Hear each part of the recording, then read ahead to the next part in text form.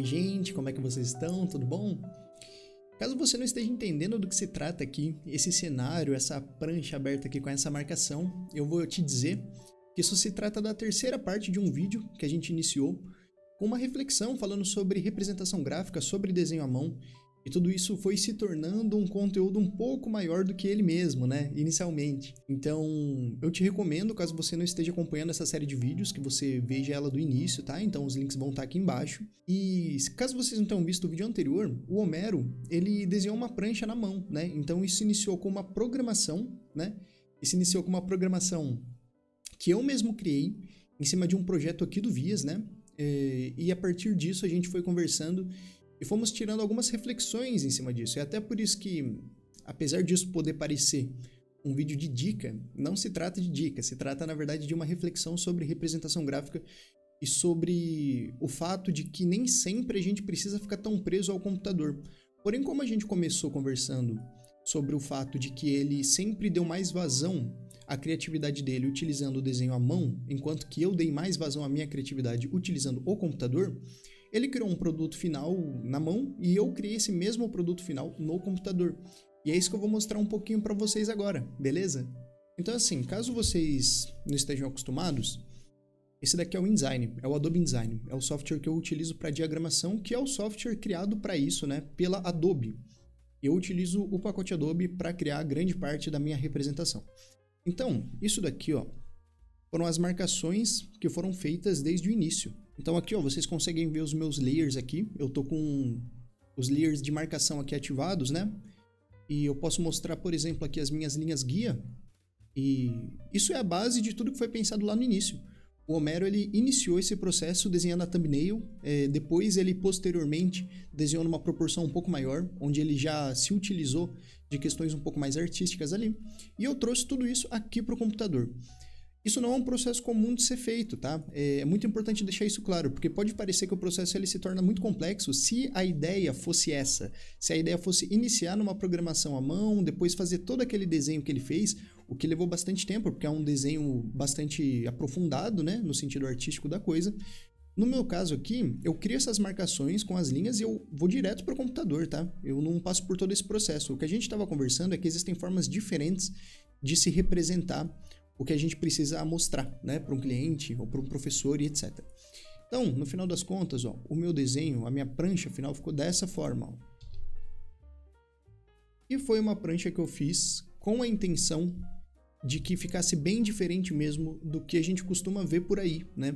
Eu quase sempre tento fugir um pouco disso, porém como nesse momento isso se tratava meio que de uma brincadeira, da gente criando um material mais para gerar um conteúdo para vocês, eu me permiti também ir um pouco mais além do que eu costumo ir, porque dependendo do público-alvo que você precisa atingir, você vai entender que determinada linguagem pode não soar muito bem. O que eu quero explicar com essa prancha? Essa prancha ela foi criada como uma ideia de explicar um conceito de um projeto que foi feito aqui pelo Vias, tá? Então, como se trata de uma coisa extremamente livre, eu me dei, né, a chance de trabalhar dessa forma. E é como se essa prancha aqui, ela significasse quase que como um panfleto, um material de divulgação na internet para explicar o conceito da casa. Eu não vou entrar muito nessa questão, mas o que eu vou mostrar aqui para vocês é o seguinte, da mesma forma que o Homero mostrou o processo de criação dele, eu vou mostrar para vocês aqui o meu processo de criação. Então, primeiramente, ó, como eu já falei anteriormente, isso aqui tá tudo aqui no InDesign, e como que isso funciona aqui em camadas, ó. Eu tenho uma camada de fundo, tá? Tem uma camada de fundo. Depois eu tenho uma camada onde eu inseri aqui os desenhos e posteriormente eu tenho uma camada única aqui para os textos. Isso nos permite trabalhar de uma forma onde a gente não vai ficar travancado nas seleções, porque muitas vezes quando você não cria essa divisão aqui certinha, você acaba às vezes tendo que selecionar um texto ou um grupo de textos e você acaba clicando em outras coisas, né? Então essa organização de layers aqui é muito necessária. Eu vou começar mostrando para vocês então por partes, né? Vamos por partes. Eu vou mostrar para vocês como eu criei esse fundo aqui. Isso daqui é um arquivo único, tá? Então, se eu vier aqui na minha área de links, eu consigo abrir aqui. E, ó, isso daqui é um arquivo de Photoshop, tá? Eu não vou me aprofundar muito nas outras etapas, porque não vem ao caso, né? Como eu falei, isso daqui é mais um vídeo sobre reflexão do que sobre dica. Se você quer se aprofundar nisso, você pode conhecer o nosso curso online, Expressando Arquitetura, que explica desde o início em como você criar todo esse processo, tá? Mas aqui, ó, basicamente o que eu fiz foi o seguinte, eu criei uma renderização. Então, Se eu mostrar aqui o arquivo livre para você, você vai ver que tudo inicia aqui, ó, com uma renderização. Então eu já tratei aqui algumas camadas e tal, eu deixei a parte das casas laterais com um pouco menos de opacidade, né, no caso. E eu fui tratando a minha imagem aqui, eu fui fazendo alguns testes, ó, então joguei luz também. Vamos ver se tá aparecendo bem para vocês aí. Agora tá melhor, né? Então, ó, da mesma forma eu fui trabalhando também com camadas, tá vendo? Essas linhas aqui que eu gerei para explicar o conceito de ampliação da casa, eu também gerei do SketchUp. A grande diferença é que eu gerei as linhas em vetor, né? E a partir desse vetor eu consegui tratar isso para que eu não tivesse que desenhar os detalhes, não tivesse que ficar desenhando linha pontilhada e tal. Então lá no Illustrator você consegue ter um controle disso, tá? E daí eu trouxe aqui, como a minha composição ela tá sendo finalizada aqui, ó, eu trouxe tudo aqui pro Photoshop. Então isso aqui também é um render, ó, fica acho que bem nítido de ver, né? É uma área de renderização também, tá? Então essa daqui é a minha parte do fundo, é como se fosse o meu background, beleza? Posteriormente, o que a gente tem aqui? Vou ligar aqui o meu outro layer. E nós temos esses desenhos, certo? Então, vamos começar aqui de cima. Esse traço eu criei aqui no InDesign, tá? Então não tem nenhum segredo. É como você criar um traço em qualquer outro programa. Porém, eu tentei fazer um logo que explicasse mais ou menos o conceito. Perdoa porque eu não pensei muito, foi bem rápido, tá? Mas eu pensei, como se trata da casa L, que foi como a gente chamou, eu criei um C de casa e ao mesmo tempo é um L, tá? É só uma brincadeira mesmo para explicar visualmente como que eu trabalho aqui. E como que isso foi feito? Isso foi feito lá no Illustrator, que é o programa para a gente criar ilustrações, tá? Então não tem nenhum grande segredo também. Eu criei os vetores aqui do zero mesmo e utilizei lá na minha prancha, certo? Posteriormente, o que a gente tem aqui? A gente tem a planta e a gente tem também esses cortes aqui. Vamos lá. A planta... Illustrator, tá? Por que eu trouxe para o Illustrator? Porque eu também tratei essas linhas e esses vetores. Eu coloquei esse fundo aqui com uma opacidade um pouco mais baixa para que houvesse mais destaque lá na prancha, tá? Então tudo isso foi tratado aqui e eu utilizei essas cores mesmo como identidade visual do trabalho aqui. E esses cortes foram um mix de renderização com tratamento de cor também. No caso, a gente está aqui no Photoshop. Por que no Photoshop e não no Illustrator, sendo que a planta eu fiz no Illustrator? Basicamente porque eu estou tratando um bitmap, e isso é muito importante de entender.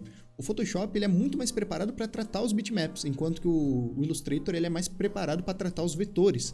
E como isso foi decorrente de uma renderização, é muito natural que eu conseguisse trabalhar mais rápido aqui no Photoshop, tá? É isso que a gente precisa entender. Às vezes a gente fica preso em sequências de trabalho, porém não há necessidade de ficar muito preso nisso. A gente explica no Expressando Arquitetura a sequência para que fique claro a questão de como a gente aprende a trabalhar com cada uma das etapas. Porém, quando a gente já entendeu como os programas funcionam em união, a gente consegue ser muito livre para abrir um, abrir o outro, e é só vocês olharem que as ferramentas são parecidas, não tem nenhum grande problema. Documentando um pouco aqui do que eu fiz. Posteriormente a isso, o que eu tenho aqui são os meus textos. E todos eles são 100% feitos aqui no InDesign mesmo. Claro que assim, eu escrevi numa base de doc, né? Mas posteriormente eles foram todos criados aqui mesmo. Então, se você parar pra ver, ó, eu vou trazer aqui, vou mostrar um detalhe pra você. Essa área de texto aqui, ó, você vê que ela tá com um fundinho. E esse fundo aqui, ó, você tá vendo, ó? Conforme eu escrevo, ele respeita o meu texto, ó. E como que isso é possível? Utilizando o InDesign, tá? Porque as ferramentas de texto do InDesign, elas são realmente um pouquinho mais aprofundadas do que dos outros programas da Adobe. No final das contas, esse foi o resultado. E outra coisa que eu vou mostrar rapidinho aqui pra você é como que a gente consegue trabalhar sem se perder nesse processo todo. Pelo menos eu aqui, né? A minha forma de trabalhar, ela é essa que eu vou mostrar agora pra você aqui. Então, ó, você vai ver aqui no meu Explorer que eu tenho as pastinhas específicas para cada uma das etapas. Por quê? Por vários motivos. Primeiro, para que eu não me perca com os meus arquivos, né? E segundo, o que é muito importante, para que o InDesign não perca os links, beleza?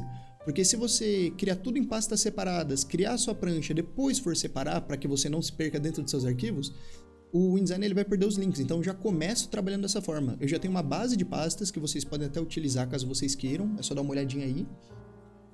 E a partir disso, eu vou criando os meus arquivos, certo? Então, por exemplo, aqui, na minha área de texto. Lembra que eu falei que eu tenho um arquivo doc aqui? Esse é o local onde eu escrevi o texto, para explicar. E, na verdade, o meu processo de criação, ele começa na minha cabeça de uma maneira bem embaralhada, assim, e é daquela forma mesmo como vocês viram no vídeo anterior. Eu separo mais ou menos, como eu já conheço o projeto e eu sei o que eu quero explicar, eu separo mais ou menos as etapas, os locais onde vão ser inseridas as coisas, né? E depois eu trabalho um pouco no texto, porque é o texto e é o que eu tô explicando ali que vai guiar as minhas imagens, entende? Pelo menos é assim que eu trabalho. Tem pessoas que conseguem primeiro criar as imagens com a ideia na cabeça e depois explicar em texto. Mas é a minha forma de trabalhar, então eu costumo começar pelo texto, tá? E aqui eu tenho, enfim, eu tenho minhas outras pastas. Eu tenho um monte de arquivo de SketchUp aqui, que eu fui fazendo vários testes também para chegar nisso. Tenho minhas perspectivas aqui. No final das contas, você vai ver que muitas vezes você tem a ideia muito clara na cabeça, mas, por exemplo, é que assim, eu também sou um pouco chato com isso. Mas eu crio uma perspectiva, uma renderização, e eu incluo aqui na minha marcação, ó. Lembra que eu tinha minha marcação? Então eu incluo ela aqui. Por que às vezes eu gero outra perspectiva? Porque eu vejo que se eu mexer um pouquinho no ângulo da câmera, eu vou conseguir explicar melhor o que eu estou preparando para explicar aqui na prancha. Então, no final das contas, o que acontece é que eu tenho aqui a minha pasta final com a minha prancha, tenho minha prancha aqui. Então, deixa eu trazer para cá. Uma imagem, né? Uma imagem comum. E dessa forma, a gente consegue concluir um pouquinho dessa reflexão. Eu vou fazer uma conclusão breve aqui. E o que a gente quis com esses vídeos, com essa sequência de vídeos? Não foi ensinar exatamente sobre o que é desenho à mão, não foi te ensinar técnicas de desenho, não foi te ensinar necessariamente técnicas de diagramação aqui no computador. Foi só levantar a questão de que existem muitas possibilidades dentro desse universo de representação gráfica, que é muito do que eu falo aqui no Vias. Mas por que eu me foco tanto nessa questão do computador e dos softwares? Por dois grandes motivos. Primeiro, porque é uma das minhas especialidades, né? Segundo, porque na prática do dia a dia, é muito provável que você esteja diretamente relacionado ao trabalho no computador, né? Só que nada te impede também de você conseguir unir esses dois mundos. E dependendo do momento em que você está trabalhando, e como, por exemplo, no caso do Homero, onde ele já tem essa grande capacidade, já é dele, né? Ele é professor, então para ele também se tornou fácil hoje em dia por conta de todo o tempo que ele passou estudando isso e executando isso. Então também é extremamente possível e eu acho que tem uma questão muito especial no trabalho dele, no que ele faz. E é isso que a gente queria deixar claro aqui para vocês. Vocês não precisam se prender muito às regrinhas que a gente vê aí na internet, que a gente vê aí no dia a dia. A gente pode expandir um pouco o nosso pensamento. E uma outra questão muito importante também de se falar é que não é porque existem as regras que você tem por necessidade que quebrá-las, né? A grande questão dessa sequência de vídeos é mostrar algumas potencialidades que existem no nosso trabalho e refletir sobre tudo isso. Porque, como eu falei, esses vídeos eles estão na aba de reflexões. Fazia muito tempo que eu não fazia nada nessa área. E é legal porque a gente consegue fazer um material mais livre também. Os materiais de dica, eles são muito pautadinhos em detalhes ali. E esses vídeos são mais como uma conversa. Então espero que você tenha gostado muito dessa sequência de vídeos. Espero que tenha te agregado bastante. E caso você tenha gostado sobre o que o Homero mostrou, sobre a forma como ele trabalha e você tiver interesse em aprender mais sobre isso, eu recomendo primeiramente o Instagram dele. E também recomendo que vocês me avisem aqui, pode ser aqui no YouTube ou por mensagens, porque se for o caso, eu posso conversar com ele para ele trazer mais conteúdo sobre isso para vocês. Então, de qualquer forma, deixa seu feedback aqui pra gente, por favor. Não esquece de se inscrever também, de curtir o vídeo. E eu te aguardo nos próximos conteúdos aí. Até mais!